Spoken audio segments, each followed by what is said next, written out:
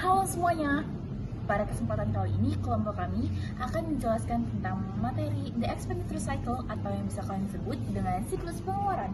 Siklus pengeluaran menjadi bagian penting dalam sistem informasi akuntansi karena siklus pengeluaran ini mencakup berbagai proses. Yang pertama itu adalah pemesanan barang atau jasa, yang kedua adalah penerimaan barang, yang ketiga adalah pencatatan faktur dari pemasok, dan yang terakhir yaitu pembayaran ke pihak ketiga atau ke vendor. Tujuan dari adanya siklus pengeluaran ini adalah untuk memastikan bahwa seluruh pengeluaran perusahaan dapat dipertanggungjawabkan efisien dan dapat dipercaya.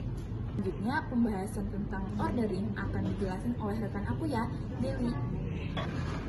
Nah, tadi kalian sudah mendengarkan mengenai penjelasan dari expenditure cycle yang dilakukan oleh Melody.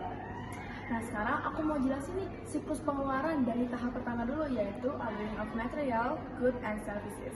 Sebelumnya kalian tahu nggak sih tahap ordering itu apa? Jadi tahap ordering adalah pemesanan barang ataupun jasa ataupun bahan yang dilakukan oleh perusahaan mengenai kebutuhan apa sih yang mereka butuhkan.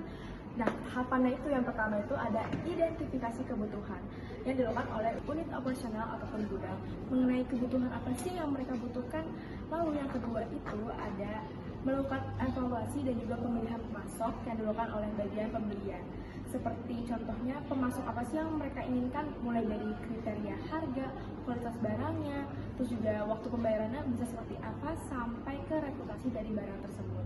Setelah pemasok ini dipilih, dilanjutkan dengan metode PO ataupun purchase order. Jadi perusahaan itu melakukan PO kepada pemasok mengenai jumlah barang, kualitas barang yang mau digunakan itu seperti apa, lalu juga waktu pembayaran sampai ke metode pembayaran itu mau bagaimana. Nah, tapi ada 3 metode dalam tahap ordering itu mengenai sistem pengendalian. Itu pertama itu ada EOQ atau Economic Order Quantity, yaitu metode tradisional yang menghitung jumlah optimal pemesanan untuk biaya pemesanan sampai penyimpanan. Lalu yang kedua ada metode MRP atau Material Requirement Planning, yaitu sistem yang menjalankan produksi berdasarkan kebutuhan bahan baku dengan fokus pada perencanaan dan juga estimasi permintaan. Yang ketiga itu ada JIT atau Just in Time, yaitu sistem yang hanya memproduksi atau memesan barang saat dibutuhkan saja, sehingga mengurangi biaya penyimpanan dan juga mengurangi efisiensi. Itu ada risiko yang bisa saja didapatkan oleh tahap ordering. Yang pertama itu ada pemesanan tidak sah. Lalu yang kedua itu ada pemilihan pemasok yang tidak objektif. Yang ketiga itu ada konflik kepentingan. Yang keempat ada harga yang tidak kompetitif atau fluktuatif. Setelah disebutkan, terdapat pengendalian juga nih. Yang pertama itu ada otorisasi formal atas setiap proses requisition ataupun PO. Yang kedua itu ada proses tender terbuka atau permintaan penawaran RFQ untuk memastikan harga terbaik. Yang ketiga itu ada pemisahan tugas antara fungsi permintaan, pembelian, dan juga pencatatan. Yang terakhir itu ada audit internal berkala.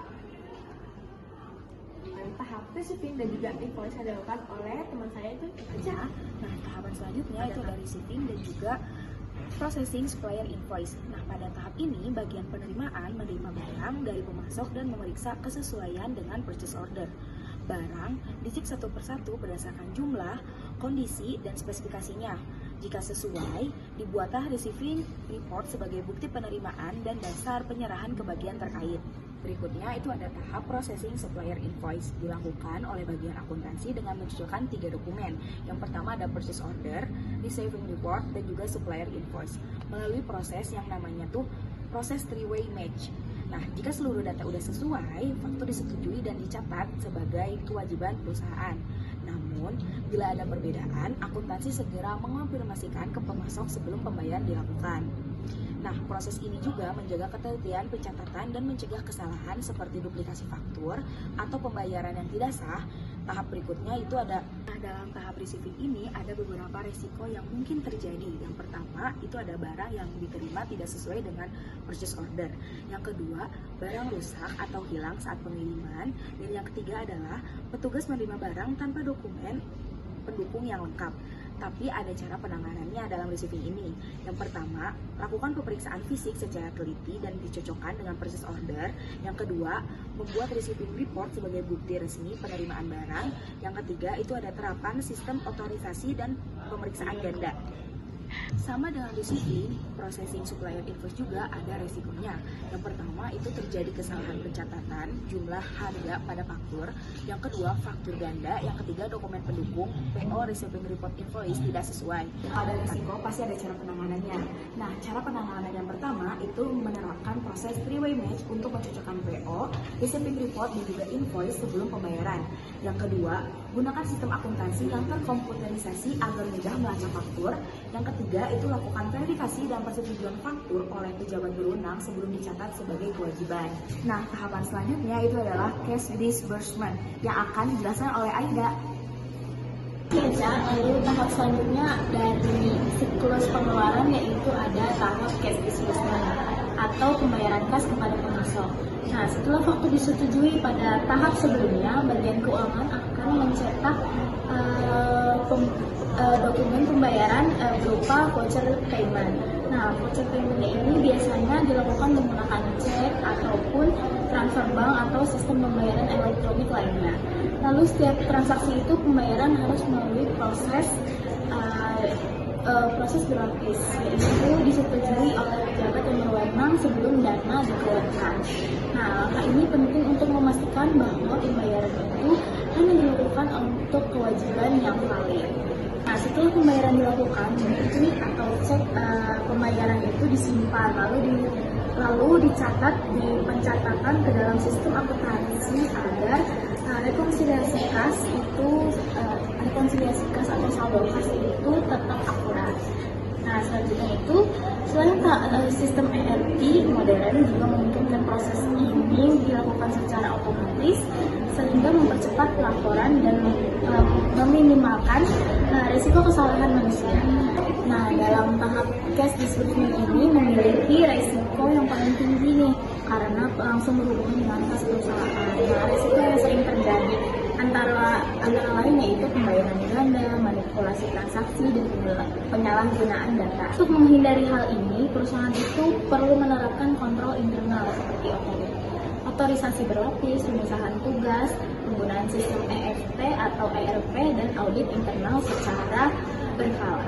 Tahap terakhir dalam siklus pengeluaran yaitu adalah pembahasan mengenai resiko, pengendalian, serta kesimpulan yang akan dijelaskan oleh rekan kami yaitu. Terima kasih Aida.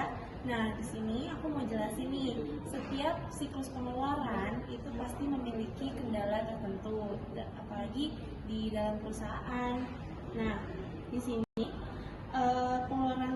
siklus pengeluaran itu tentu memiliki resiko yang dapat mempengaruhi efektivitas dan kendala sistem informasi akuntansi dalam perusahaan. Beberapa resiko lain yaitu yang pertama ada pemesanan barang yang tidak sah, barang diterima tidak sesuai atau fiktif, faktur ganda atau tidak valid, dan pembayaran yang dilakukan tanpa otoritas resmi. Nah, gimana sih cara untuk mencegah hal-hal tersebut yang tadi aku sebutin itu agar tidak terjadi? Nah, perusahaan itu harus memiliki pengendalian internal yang kuat. Di sini, menurut Kerangka COSO 2013, itu pengendalian internal bertujuan untuk menjamin adanya kendala di laporan keuangan, terus efektivitas operasional, serta keputusan terhadap kebijakan perusahaan. Nah, di sini juga aku mau jelasin beberapa bentuk pengendalian yang umum dilakukan, yaitu yang pertama ada pemisahan tugas antara bagian pembelian, penerimaan dan keuangan. Yang kedua, penerapan otorisasi berlapis untuk setiap transaksi. Yang ketiga, itu ada penggunaan sistem komputerisasi seperti ERP agar data lebih akurat dan mudah diaudit. Yang keempat, ada audit internal, itu secara berkala untuk memastikan kepatuhan prosedur. Nah, sebagai kesimpulan, siklus pengeluaran itu merupakan proses penting yang membantu perusahaan mengelola pengeluaran secara efektif, mencegah kecurangan, dan memastikan setiap transaksi dapat dipertanggungjawabkan. Dengan penerapan sistem informasi ini, itu akuntansi yang terintegrasi dan pengendalian internal yang baik, perusahaan dapat mencapai efisiensi serta transparansi dalam setiap proses transaksi dalam keuangannya. Sekian pemaparan dari kelompok kami, semoga bermanfaat. Terima kasih.